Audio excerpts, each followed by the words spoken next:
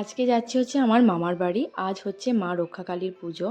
যাওয়ার কিন্তু কোনো সেভাবে প্ল্যান ছিল না। সুমন বলল যে চলো একটা দিনের জন্য যাই, যেহেতু রক্ষাকালী পুজো আছে তো ওর জন্য। তো দেখো এখানে রেডি হয়ে বেরিয়ে গেছি। আর মা, বাবা আর ভাই আগে চলে গেছে, মানে মার ভাই আগে গেছে আর বাবা আর কি ডিউটি করে যাবে। আর আমার শাশুড়ি মারাও বাড়িতে নেই, তো আমরা বাইরে থেকে আর কি লাঞ্চ করে তারপরে আর কি চলে গেলাম হচ্ছে মামার বাড়ি। এসে পরে দেখো এখানে কিছুক্ষণ রেস্ট করলাম। রেস্ট করে এখানে মামি চা দিয়ে দিয়েছিল। চা খাওয়ার পর এখানে ডাম্পু আর মেঘনার সাথে আমি এখন ক্যারাম খেলতে বসে গেছি। আর মেঘনা কিন্তু আগে ক্যামেরার সামনে এলেই কিন্তু বলতো আমাকে দেখাও, এখন কিন্তু একটু লজ্জা পাচ্ছে, কারণ ও বড় হয়ে গেছে না ওর জন্য। আর এখানে দেখো সন্ধ্যেবেলায় সুমন আর ভাই মিলে টিফিন করছে।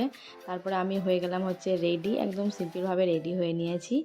আর এখন দাঁড়িয়ে আছি হচ্ছে দরজার সামনে। এখন রাস্তা দিয়ে মা পেরোবে। মা পেরিয়ে যাওয়ার পর আমরা যাব হচ্ছে মন্দিরে।